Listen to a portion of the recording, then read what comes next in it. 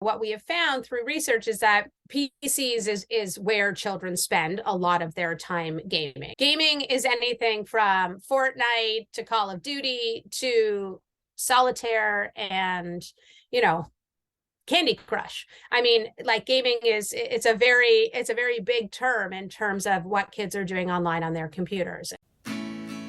Welcome to the Healthy Screen Habits Podcast. I'm Hillary Wilkinson.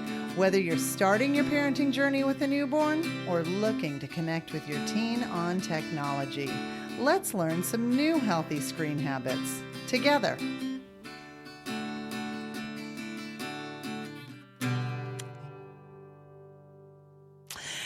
As you know, at Healthy Screen Habits, we have a mission, and we have recently worked on our mission statement to update it a little bit. I'm going to read our new mission statement now. It's to empower families to create healthy habits for screen use and maintain technology as a tool, never as a replacement for human connection. Knowing that is the reason why I felt like our listeners absolutely needed to meet my guest today. My guest today is the head of parenting at a company called Kidas. At Kidas, they work tirelessly to keep children safe online. Their software called Protect Me does something I have never seen offered. It monitors PC online gaming communications and alerts parents about potentially dangerous activities in video games. So I'm super intrigued. I know about programs that do this type of monitoring with texting, but never on a gaming platform. So in keeping with that tool model, I really wanted to bring Jenna on. And I also have to admit, I kind of love the title head of parenting. I think I might adopt it, put it on a t-shirt, coffee mug. At any rate, before I get too carried away here, welcome to Healthy Screen Habits, Jenna Greenspoon, head parent. Thank you. I'm excited to be here to share more with you. Yes. So Jenna, I love an origin story. Maybe it's my superhero nerdy fandom showing through here. But that being said, how did Kidas come to be? So our CEO, Ron Kurbs, he started the company just over 2 years ago. And he actually came across an article one day about a girl who was sexually assaulted by someone that she met online. And it was an awful story, and it was something that really stuck with him. And he started to do research, and he started, reading more and learning more. And he learned that a lot of situations like this happen through gaming. And as he, spent some time to think about, what was happening and how it was happening and how something like this could take place, he was able to learn that a lot of the gaming companies or any of the gaming companies don't provide any type of support or protection when it comes to gaming online. And so, with the time of when this article came out and when all this was taking place, we were in a time and place where kids were being forced online at a much younger age than they had ever been before. And, he was able to identify the fact that this was something that was going to continue to happen and was going to increase with such young children, with, the maturity levels of young children not being able to identify what's dangerous and what's not dangerous online. And he began to think about how he could use technology to move forward and keep children safe. I love as an avid gamer himself and loving what video games have to offer, he wanted to help create a positive, safe space. Sure. And certainly during the time that you're talking, it was during COVID shutdown. And I mean, more kids than ever, like you said, were kind of entering these almost like virtual sandboxes because it was the only socialization that they could get. So the product is Protect Me. And that's the name of the product, is Protect Yes. Me. And can you explain what it is so that people have a clear idea of what it is that Protect Me offers? Yeah, absolutely. So Protect Me is a software that you would download on your child's computer, the computer where they are playing video games. And the software silently monitors in the background any gaming communication that takes place both in voice and in text communication within the game. And that includes gaming apps like things like Discord. And the software monitors the communication to be able to determine communication that is safe and communication that is not safe. So there are, different types of scenarios, and we're able to determine a scenario that needs to be investigated more to see if it's something that's threatening, or what we call an innocent scenario where it's just regular gaming. And so a lot of communication in gaming, for example, when you're playing Fortnite and you're saying, I'm going to kill you, you're referring in most cases to your interaction within the game. And so our technology is able to decipher between communication and intent within the game, and then communication and intent amongst gamers. Wow. I feel So like we take that information, and when there's a threat, then you receive an alert as a parent of the threat that your child was exposed to, as well as how to handle that.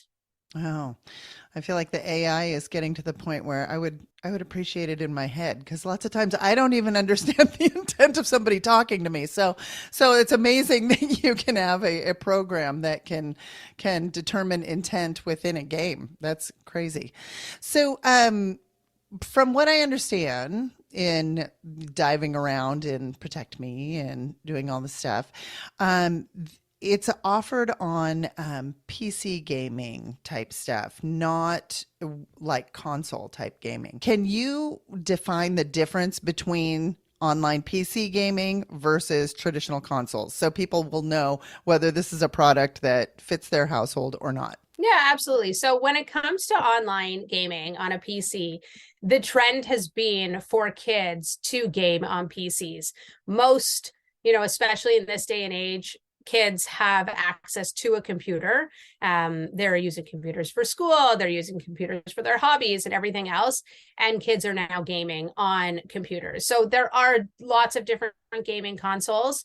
But what we have found through research is that PCs is where children spend a lot of their time gaming. And so, you can communicate with other gamers through traditional gaming systems like Xbox, for example.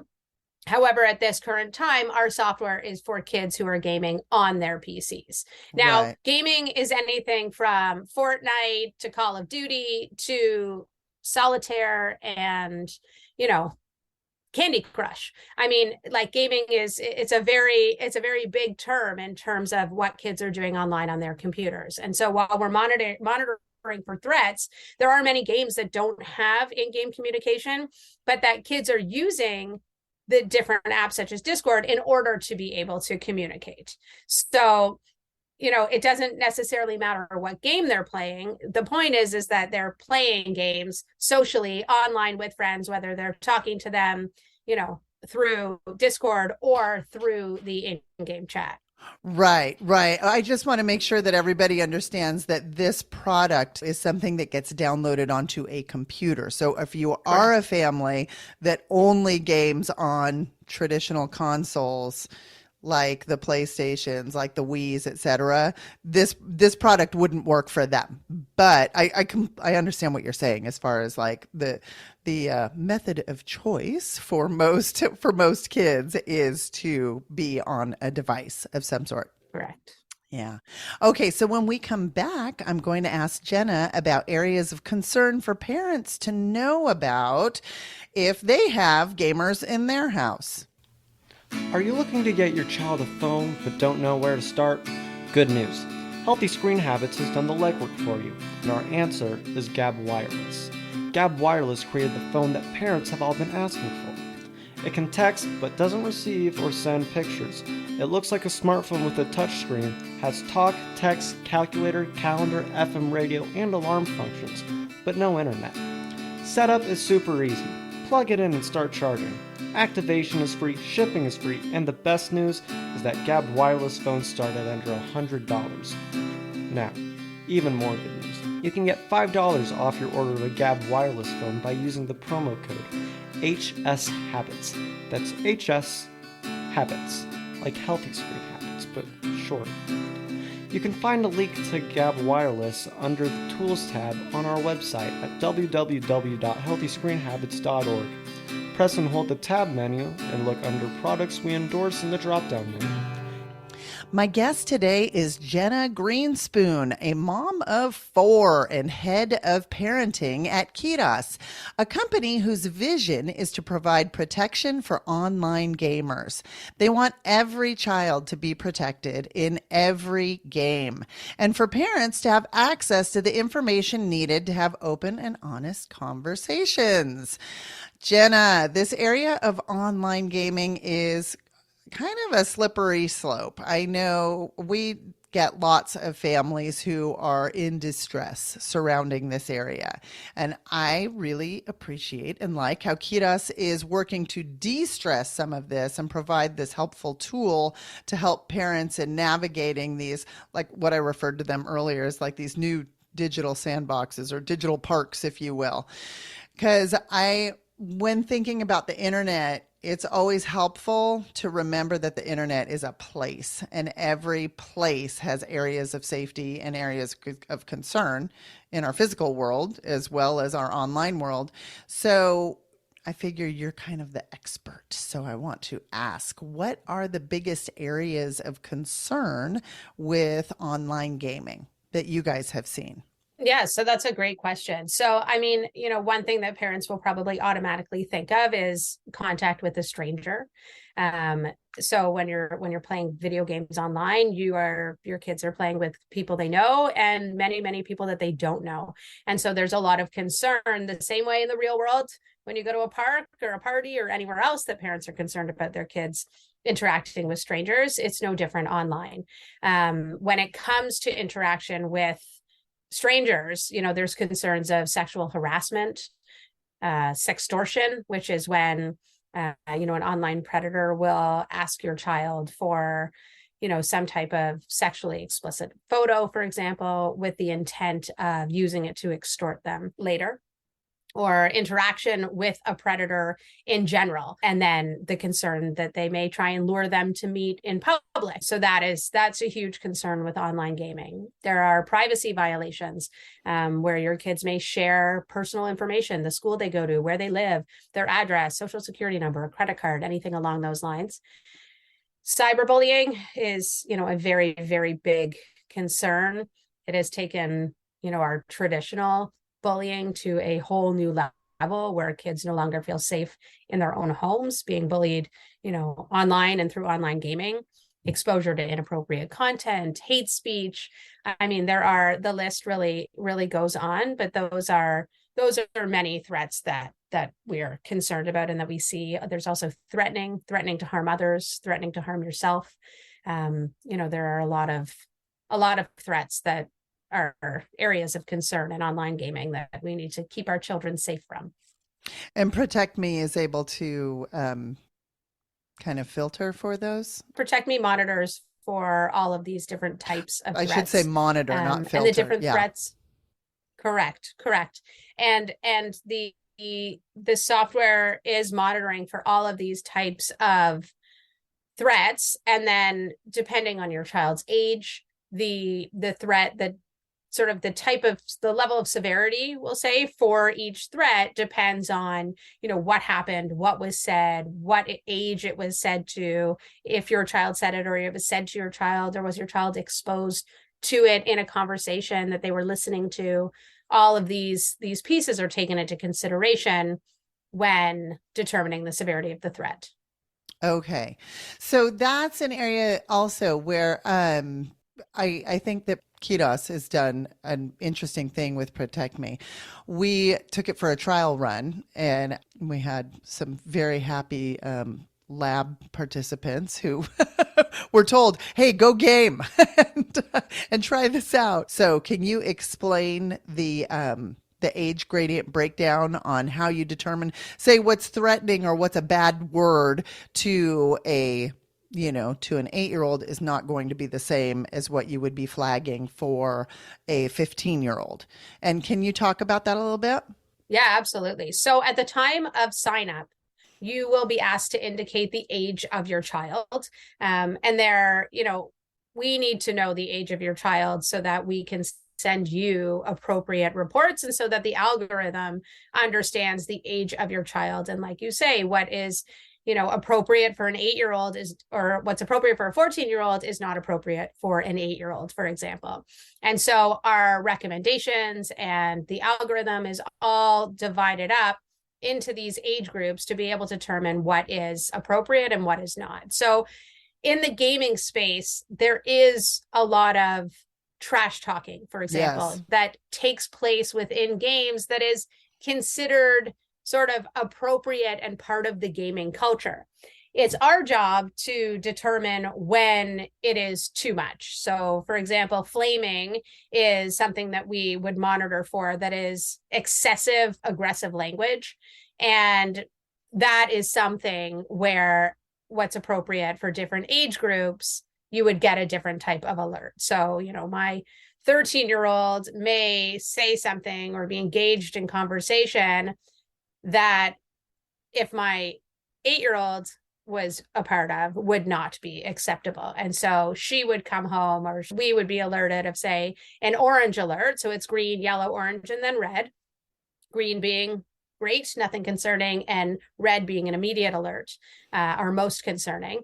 So, we would get an orange alert for her, but we would likely get a green report for him because it's age appropriate conversation. The same way in your own house or on the playground, if your 13-year-old said something to a friend and your 8-year-old said the same thing, it would be deemed appropriate or wouldn't be allowed to be had in conversation based on their age. So the algorithm is able to detect that based on age. Where, like, on the flip side of things, a privacy violation is a privacy violation. Whether your 7-year-old or your 15-year-old gives out their address, their school, their phone number, it doesn't matter what age they are. A privacy violation is a privacy violation.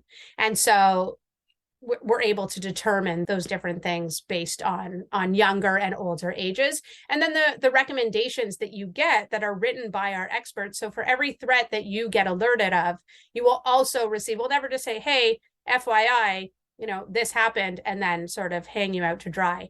Our sort of biggest goal is to open the lines of communication between children and parents, to be able to provide support, education as part of it, to be able to help you have the conversation with your child, why it wasn't appropriate, what you should do next time, how it happened, what was said, etc.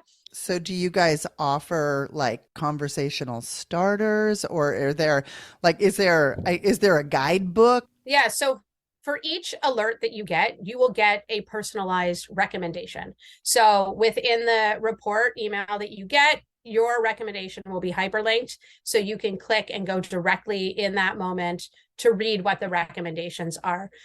And that recommendation will explain what happened. So you may get an alert for flaming and then say, I don't even know what that means. And so how can I talk to my child about something that I don't understand? We'll break down for you what flaming means, what happened, and then how to deal with it. So yes, conversation starters for sure. One thing that we sort of are very serious about, and it's something that we want to ensure that kids understand, our job is not to, make children feel like they're being spied on or they're being watched, and that their conversations are going to be reported to their parents. That is not the intent of our software. The intent is to keep children safe. And so when you get your report, you won't see something along the lines of your child was exposed to hate speech and this is what was said. Instead, you'll be informed that your child was exposed to hate speech, or that your child used hate speech towards someone else, or that someone used hate speech towards your child. So there's sort of 3 different ways that can happen. And then you will be, but it won't tell you exactly what was said. The conversation starters are meant for you to ask your child appropriate questions. For example, I got your Protect Me report this week, and I see that, something happened in regards to hate speech. Let's talk about that? Was something said that made you feel uncomfortable? Did you hear a word that you've never heard before? Were people having conversations about X, Y, and Z? And so there's a whole bunch of conversation starters for you to have that are all meant to pull out pieces of information that will help you take the next steps. And then we'll provide next steps in terms of what you need to do, because a privacy violation, a hate speech, a cyberbullying, they all require different next steps. And we ensure that we provide you with all of that information. And one of the things that I like about that is rather than kind of coming in like top down of, oh, I know that this is what was said, you're coming from a place of curiosity. And so I mean, it's one of those things also where your child will be able to provide the context for you, hopefully, as well. Where contextually, I think I mean, anyone who's been around small kids has been in a spot where you thought you saw one thing happening. And then if you take a little bit of a deeper dive, you went, oh, I 100% have my grown up eyes on. I did not see what was happening. This is completely fine. So I like that Right. it allows for that, and it fosters connection above all else. So let me ask, I don't know. There are some areas certainly that you get into that the speech can be monitored, but what about, I'm wondering, I'm just going to pull a for example. Okay. So one online game I know tons of kids play is Roblox. And because Roblox has pretty clunky graphics, it looks very kid friendly, but the content is not necessarily kid friendly. Roblox allows users to program games and play games created by others. And this has resulted, I know, in kids stumbling into very adult content. I'm talking about like sex Yes. rooms and things like that. Does Protect Me monitor that type of occurrence, or is it only the interaction type? Yeah, only if there's communication within the games. So we actually are connected to Roblox. So if your child plays Roblox, then you will connect your child's Roblox account so that we can monitor their communication. But if they're playing a game and there is no communication happening within the game because your settings are set in a way that your child cannot communicate, then no, we don't monitor sort of the specific game that they're in. We'll be able to notify you that they were playing Roblox. We'll be able to notify you how long they spent gaming, how much time they spent gaming on Roblox specifically. But if there's no communication, then there's nothing to monitor. Got you. Got you. Okay. Okay. Well, we have to take a short break, but when we come back, I am going to ask Jenna Greenspoon for her healthy screen habit and give you a promo code so you can try out Protect Me at your own house. At what age should I give my child a smartphone? How much screen time should I allow each day? What are the best filters to use on my family's devices? Sound familiar? These questions and more are answered at the Healthy Screen Habits website. We've curated the best articles, books, videos, and many other resources to help you figure out how you want to use technology in your life. Click on the awareness section to learn about the issues and dangers surrounding screen use. Then click on the tools page to download printables you can use with your family today, including the Healthy Screen Habits Family Technology Plan. Visit our website at www.healthyscreenhabits.org for the resources and tools you need to get started. Today I'm talking to Jenna Greenspoon, who is a pro mom using her skills for good. Jenna, on every episode, I want listeners to get something for their time. This gift comes in the form of a healthy screen habit, which is a tip or takeaway that can be put into practice nearly immediately in listeners' houses. So, do you have a healthy screen habit you could share with us today? Absolutely. So if your child is a gamer, then my healthy habit tip for you is to actually play video games with your child. If your kid plays video games and they're anything like mine, then they have likely asked you to come and they want to show you the cool house they built on Roblox, or they want to show you how great they are at the soccer game, or whatever it may be. And while it may feel easier to sit down and say, oh, let's, cuddle up and watch a show together that we can both sort of enjoy and appreciate, I think that spending time with your child to play video games will do wonders for your relationship with your child. And it will also give you a very different insight into what they're doing while they're gaming. So it's something that you can start immediately, even if you implement, a few minutes a day, or, 15 minutes twice a week, or whatever it may be, to give your child a little bit of that attention. Let them feel like they're teaching you something, which, trust me, they absolutely will be. And it's a great way to bond with your child over some screen time. Yes, I totally appreciate that. And one of the things that they will find absolutely hysterical is your characters running into walls and all of the things where, they're the kids just can navigate easily through these castles and, jump off of cliffs and hang glide. And I am like falling all over the place. And even on some games don't lend themselves to multiplayer stuff. And I enjoy just sitting and like my son is very patient with me because I'll sit over there. I'm like, "Ooh, go over there. Ooh, what's that? Open that. Do that." Like, what happens? But everything. And of course, I'm busy chasing the things that he has no interest in. I'm like, "That's sparkly over there." Going.